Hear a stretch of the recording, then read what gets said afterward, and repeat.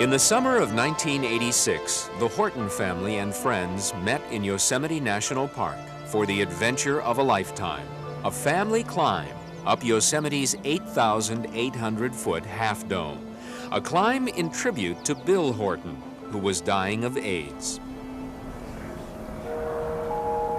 They met the night before around a campfire in Yosemite Valley. Bill, his father, his 7 brothers, his lover, and several close friends. The Horton family had always been close. Many of the brothers had made this climb together in the past, but never all of them together at the same time. For John Horton, this would be his 7th trip to the top. About a year ago, well actually about 2 for the last 2 or 3 years, I'd always thought about, gee, it'd be great to get the brothers up. For years back, when we first went up, we thought it'd be neat to get them up. We got closer, we got older, we started going our separate ways, but each time I thought, let's try to get them together. And then this year, my brother became ill.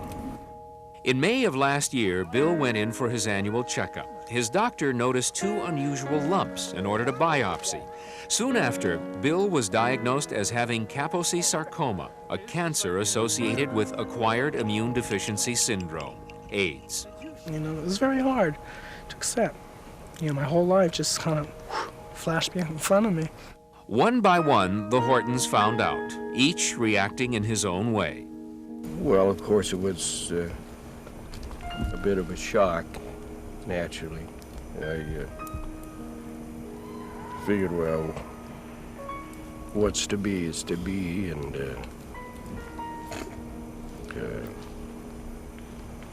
we'll take each day one step at a time. Joey is the youngest of the 7 brothers. He may have taken the news the hardest of all. I remember crying hard. I had lost a brother mentally. He was dead. As I saw it, Bill was gone. But my mom said something to me that I think that all my brothers have seen and has helped us. My mom said that Bill said he was going to live life on. And my crying stopped, and I remember that. I was hugging my mom, and my crying stopped when she said that. Suddenly, I didn't lose a brother. It's suddenly like I had a second chance of keeping Bill. Suddenly, the whole Horton family had a second chance to be with Bill, a second chance to be strong for Bill. The climb up Half Dome became a symbol to the family, a symbol of how, if they all worked together, Bill might overcome his disease. Here's Bill's umbrella. Alan, you gotta go back to the car? Yeah. The preparation for the climb begins at 4:30 in the morning. Bill's mental health is good, but physically he is suffering from the side effects of his first chemotherapy treatment, numbness in his fingers and feet. He also continues to feel the effect of several tumors in his thigh that could cause swelling. You don't hook all this stuff up to the mule and stuff like that. So I have to carry it over. The trip is 16 miles round trip. Because of Bill's condition, he'll need more water than usual to keep cool. They pack plenty, and they leave early to beat the heat. Lord, protect us. Let us all be there together. Lord, if one of us should pull away because of a strength that we need, Lord, believe, and we believe, you'll be there in spirit together. Because we love each other, guide our feet, guide our paths ahead, all together. Amen. Amen. Amen. Amen. Let's get out of here. Ready? On 3, dome it. 1, 2, 3. The Horton party will split up for the first leg of the climb. Most of the hikers will take a shorter but steeper foot trail to the base of the granite half dome. Bill has been warned by his doctor to climb no more than 2 miles. To keep strong for the final assault, Bill will ride a mule on the mule trail. He'll be accompanied by a mule driver on horseback and his brother Joey on foot, who carries the family flag. I won't say it's easy for me, but I'm in good shape to do it. And I felt kind of honored to help my brother Bill and to be the one who's going to be with him if he does have any problems.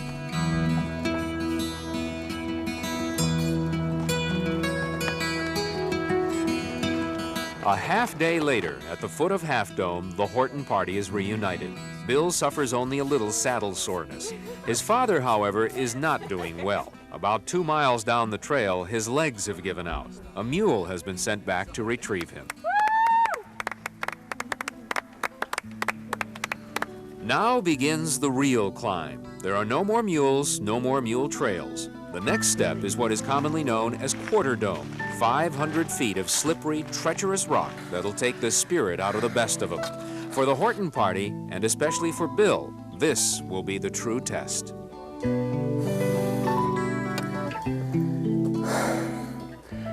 How much farther?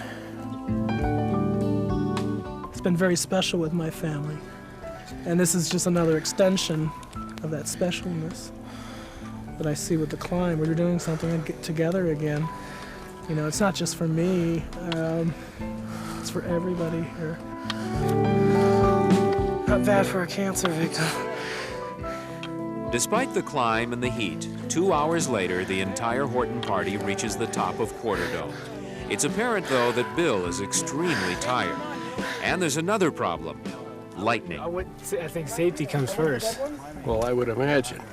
Because it does, coming down, we're used to flying down. Half Dome is infamous for its deadly summer lightning storms. Bill's brother Larry has seen them many times before. In the past, he's just run down the rocks to escape the lightning. This time, with such a large party, with their father moving slowly and Bill definitely out of steam, they might not have the time. Listening and aware of his own limits, Bill decides to quit at Quarter Dome. I don't think I'm gonna make it all the way up.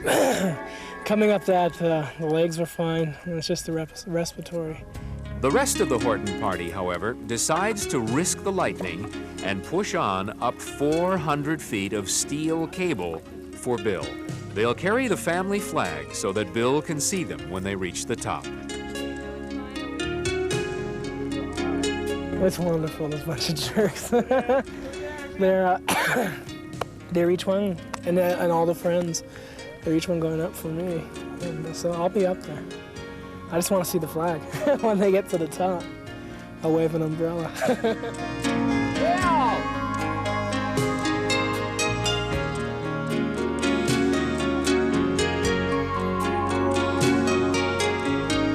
After nearly 9 hours of climbing, the Horton party reaches the summit of Half Dome.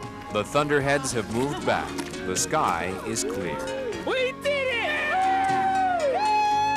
I feel great. I'm glad we all made it. Kind of wish Bill was up here, but no, he's up here with it. He is here with the spirit. I think he did great as what he did. I never expected to see him even get where he was. That was remarkable, and it's wonderful. Well, Bill, if you can see us, here we are. They climbed all day for Bill. He wasn't there when they reached the top, but he was there in spirit. They know that, and far below, Bill knows that. And no matter what happens to Bill in the future, that's the way it will always be. No matter where they are, no matter whether the family is together or apart, Bill will always be with all of them. I love you! We're gonna have Bill around for a while. Until his card comes up. That will be the day. And God only has that choice, not a disease. Love you, Bill.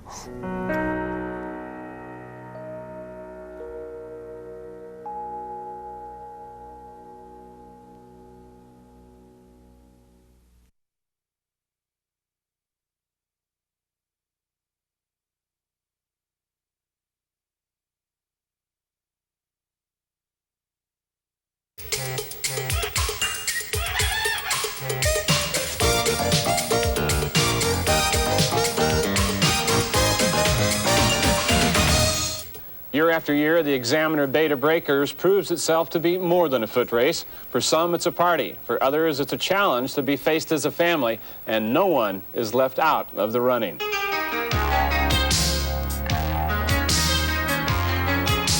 Well, that you never give up. You just keep going. You give up, then you're gone.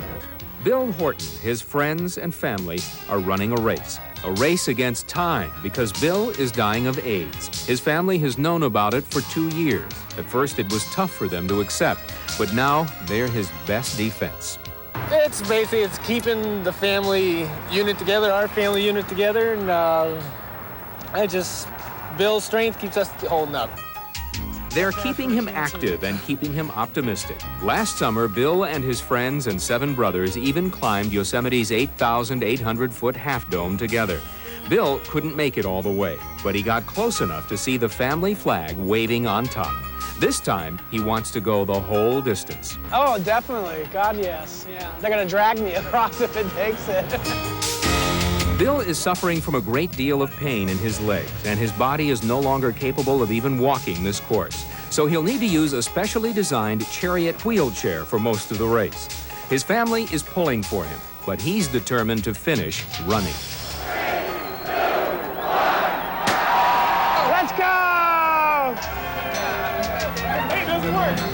Slow down. The Horton party takes off without a hitch, and by the Hayes Street Hill, they're still looking good. This is great. But the toughest part of the race is still ahead. Bill has made up his mind to get out of the wheelchair and run to the finish on his own 2 feet.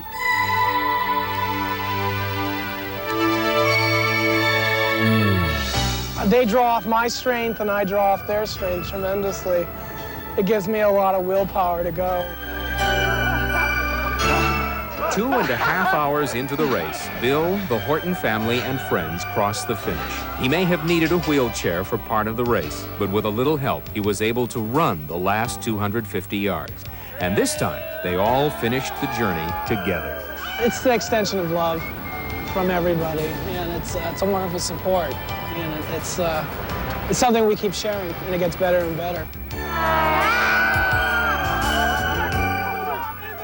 I think that's pretty much the spirit of the Beta Breakers. It's not crossing the finish line first, but getting across there with your friends and your family and having fun doing it. And there are a lot of winners in the Beta Breakers, no losers, that's for sure. Wayne, I think it's one of the few sporting events left in the whole world where that's the main spirit. I think so.